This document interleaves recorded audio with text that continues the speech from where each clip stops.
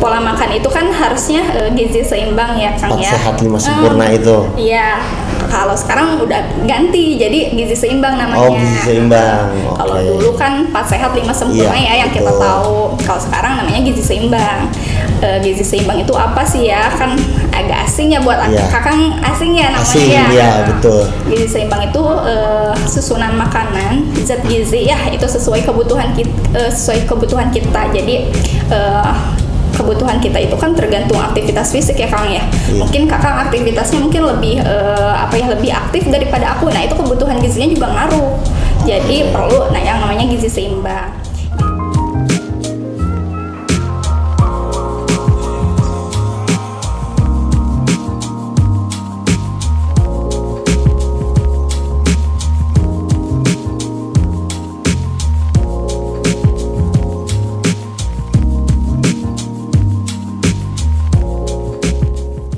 Sampurasun wargi Pakuwon, selamat pagi, siang, sore atau malam.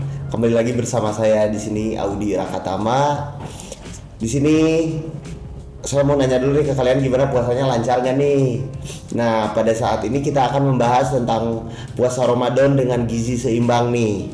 Gimana caranya gitu kalau buka gizinya seimbang, terus nggak terlalu berlebihan akan gula ataupun apapun itulah. Nah, sekarang saya udah bersama Ibu Rita. Halo Ibu Rita. Halo Kang. Baik kabarnya? Alhamdulillah baik.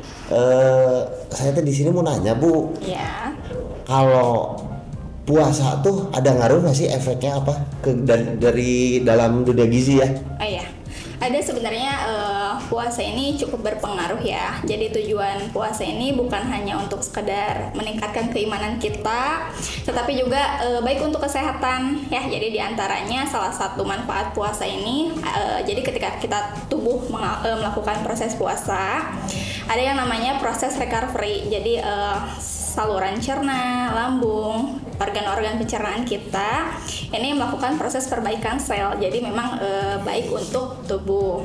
Selain itu juga ketika kita berpuasa kan ada organ hati ya. Jadi organ hati ini tuh ya organ hati ini tuh kan berfungsi untuk memecah lemak ya, salah satu fungsinya. Jadi ketika kita berpuasa kan kita nggak ada asupan sama sekali ya Kang ya. Jadi selama 13 jam kita berpuasa nggak ada asupan sama sekali. Jadi organ hati ini tuh memecah energi dari lemak menjadi glukosa. Jadi kalau puasa kan kita masih tetap bisa beraktivitas ya. Yeah. Walaupun nggak ada asupan tetapi masih bisa beraktivitas. Itu salah satu energinya tuh dari lemak yang dipecah oleh hati, salah satunya gitu. Oke, jadi misalkan kalau kita misalkan kita berolahraga nih pada saat puasa, nah itu tuh kita dapat tenaga tuh dari lemak. Iya, betul. Yang Jadi dipecah oleh hati. Iya, betul. Oke. Jadi memang puasa ini tuh bisa jadi salah satu diet buat nurunin berat badan juga kan. Soalnya memang awalnya kan mungkin berat lemak tubuhnya kan banyak. Iya. Pas selama puasa ini bisa dipecah. Jadi memang berat badan bisa turun. Itu salah Bisa satu diet manfaatnya. juga kan Iya, dari puasa. betul. Oke. Lalu gimana sih caranya ngatur pola makan yang baik dan benar saat puasa? Kan suka banyak tuh emang yang mitos zaman dulu, bukan mitos sih, banyak orang-orang yang bilang lah kalau sahur tuh harus banyak makannya soalnya biar puasanya ntar lancar, gak bakal lapar-lapar lagi gitu. Betul. Gimana tuh?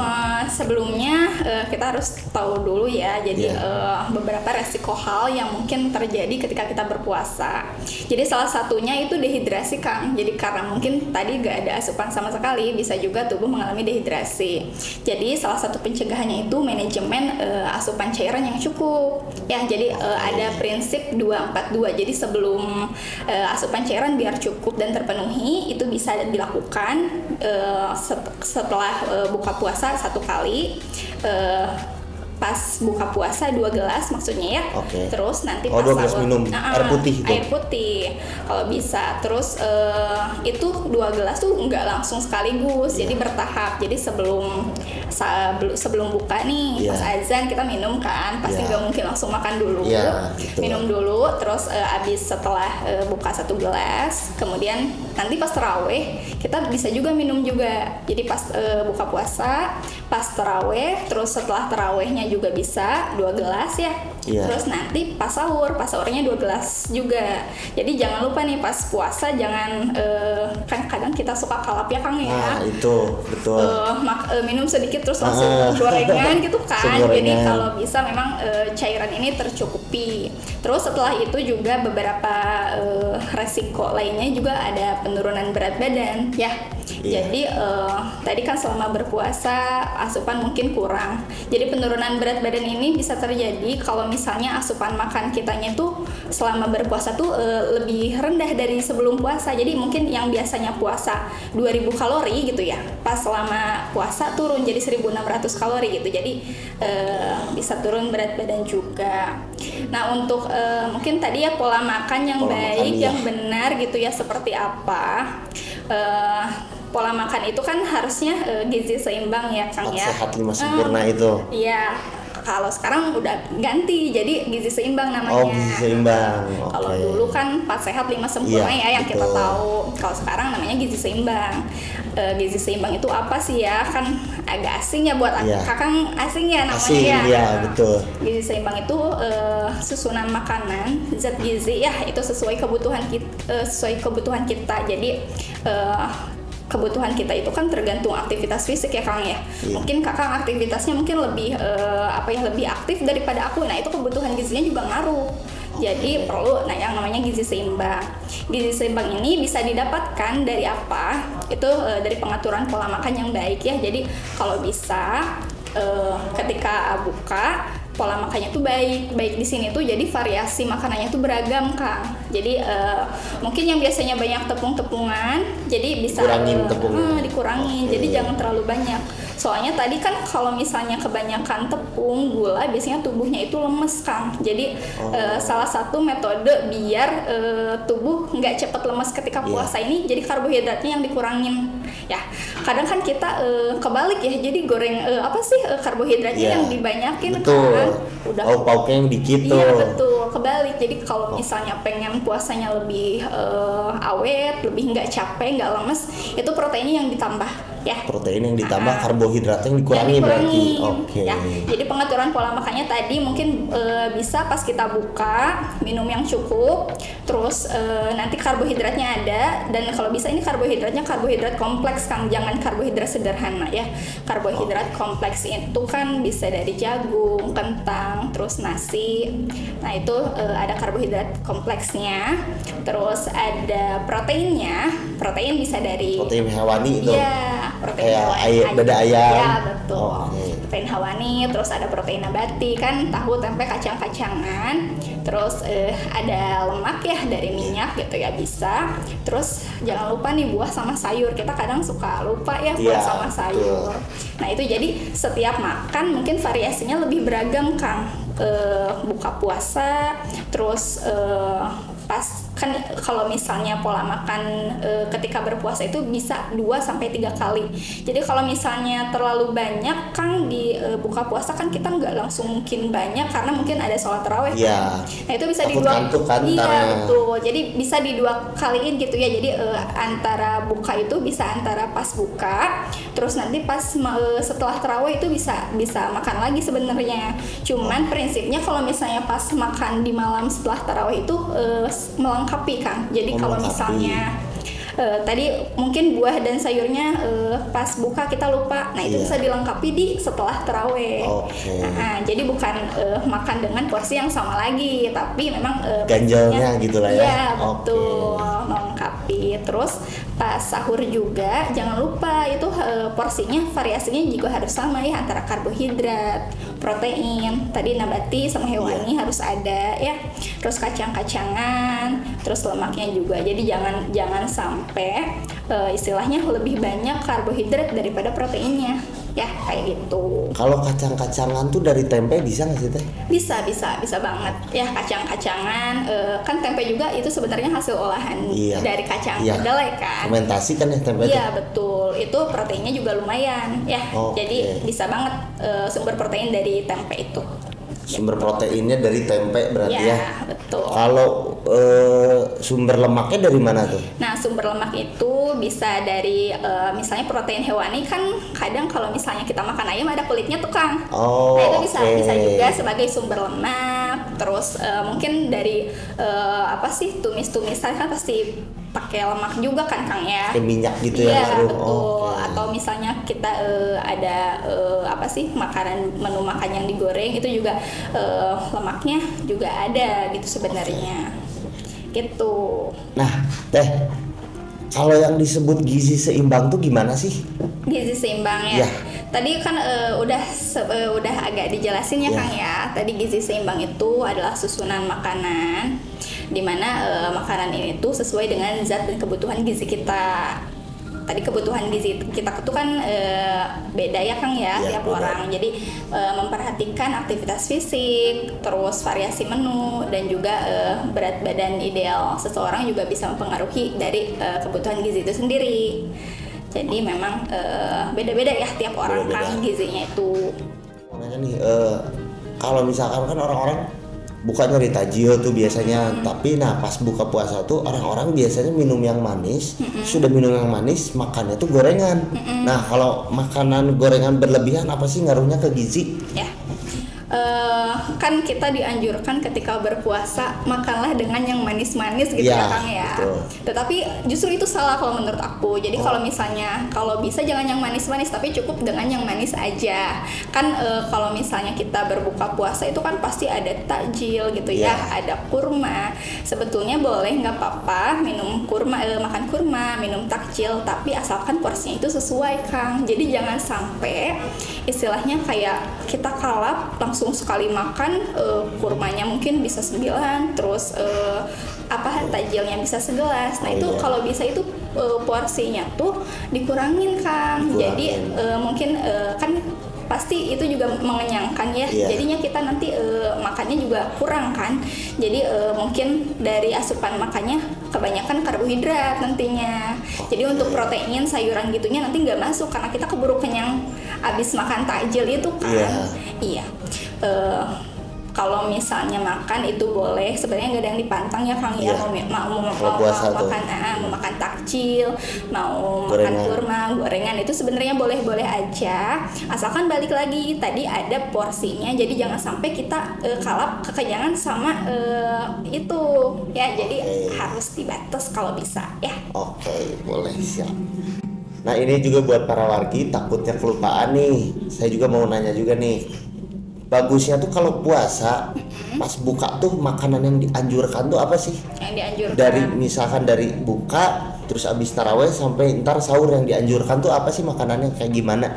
kalau makanan itu sesuai pilihannya masing-masing ya Kang Iya. ya. Kan pasti tiap orang juga Beda-beda. beda-beda. Cuman yang dianjurkan tuh Yang yang kayak dianjurkan. gimana sih gitu tuh? Kan biasanya kalau misalnya puasa itu biasanya kita ibadahnya lebih banyak dari biasanya ya Kang ya. Pasti biasanya kalau misalnya ibadahnya mungkin kita jadinya kurang tidur, itu biasanya naikin hormon, diantaranya itu hormon kortisol Kang. Jadi hormon kortisol ini tuh fungsinya kan sebagai metabolisme ke zat gizi kan. Jadi kalau misalnya kita kebanyakan bergadang, biasanya kadar lemak tubuhnya itu lebih banyak. Jadi Oh kalau kebanyakan bergadang tuh. iya betul. Nah kalau bulan puasa juga kan banyak tuh yang yang bergadang tuh sengaja nungguin sahur Iya, terus ntar betul. tidur padahal pagi-paginya kan harus kerja Iya, lagi betul. gitu. Nah, jadi tadi itu kan beberapa resiko mungkin meningkatkan kadar hormon kortisol. Jadinya mungkin dianjurkan sekali untuk bulan puasa ini kalau bisa lebih banyak konsumsi buah dan sayur. Oke. Karena buah dan sayur ini tuh selain dari bisa mencukupi asupan cairannya, selain dari minum itu bisa juga dari sumber buah dan sayur. Jadi memang kalau misalnya puasa harus lebih banyakin buah dan sayur Kang. Buah dan sayur. Terus ada makanan yang dihindari juga ya. Oke. Itu yang dianjurkan salah satunya buah dan sayur. Terus memperhatikan prinsip gizi seimbang Kang. Jadi kalau misalnya menu mah itu pilihan ya. Balik lagi ke kita mau apa. Relatif lah ya, mau apa juga. Betul, relatif. Tapi mungkin variasinya kalau bisa beragam ya. Dianjurkannya seperti itu, jangan sampai tiap makan mungkin kebanyakan karbohidrat ya. Terus mungkin kalau misalnya ya untuk orang-orang yang ingin mungkin lagi naikin massa otot, pengen naikin berat badan gitu, mungkin boleh dianjurkan proteinnya dilebih banyakin dari biasanya. Ya kan bisa jadi kalau misalnya puasa itu kan nurunin massa otot ya. Jadi proteinnya dibanyakin. Terus dianjurkan juga cairannya cukup nih, jangan sampai kita dehidrasi kan Kang ya. Karena tadi asupannya kurang, jadi jangan sampai dehidrasi. Jadi cairan cukup, makanan yang beragam. Terus meningkatkan buah dan sayur, jangan lupa gitu. Kalau untuk yang dihindari ada itu sih Kang, makanan-makanan pedas kan. Ya, pedas ya, seblak gitu. Iya, seblak. Sebenarnya boleh-boleh aja makan seblak, cuman jangan pas buka. Langsung pas buka. Jadi kalau bisa dihindarin dulu lah itu. Apalagi buat orang-orang yang punya penyakit GERD gitu ya. Agak sensitif Kang buat makanan yang pedas gitu. Jadi kalau bisa jangan dulu lah ya, tahan dulu biar aman. Puasanya biar lancar.